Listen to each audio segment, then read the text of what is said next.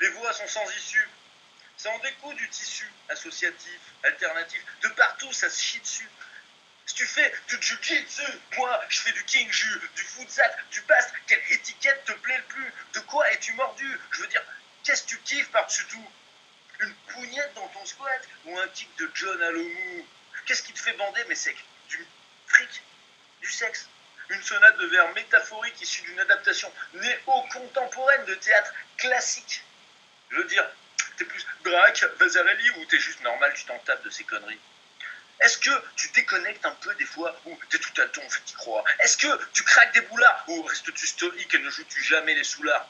La notion d'esthétique te procure-t-elle des émotions? T'évoque-t-elle de nouvelles options de réinsertion dans ta petite société sous caution où chaque acte demande justification, où chaque parole, aussi futile soit-elle, a son appellation?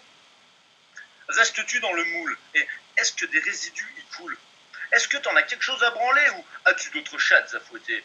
Des inconnus X s'établissent et des diagonales affaiblissent les géométries de variables surréalistes. Prendre la tangente en s'esquisse des probabilités évidentes ou statistiques.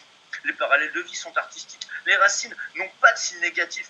Mais la vitesse du train paraît exponentielle. L'alcool, c'est mal voyé. Et la drogue, pareil. Allumez tous vos télés et ouvrez grand vos oreilles, vos bouches et tous les orifices de vos petites personnes. Et buvez la parole sanctifiée des ondes et de la madone consumériste, vous ordonnant des destins tristes et sacrifiés dans de basses œuvres et de sombres futilités.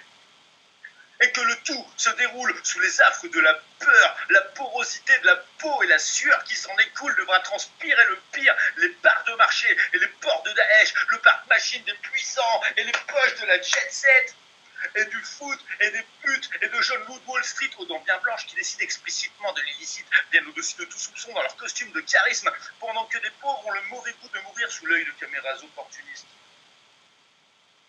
Quand je serai grand, je vais sauver la planète, m'a sorti ce gosse d'un air innocent et honnête, la tête tournée vers l'horizon de lendemain plus radieux, la larme dans les yeux, le vent dans les cheveux.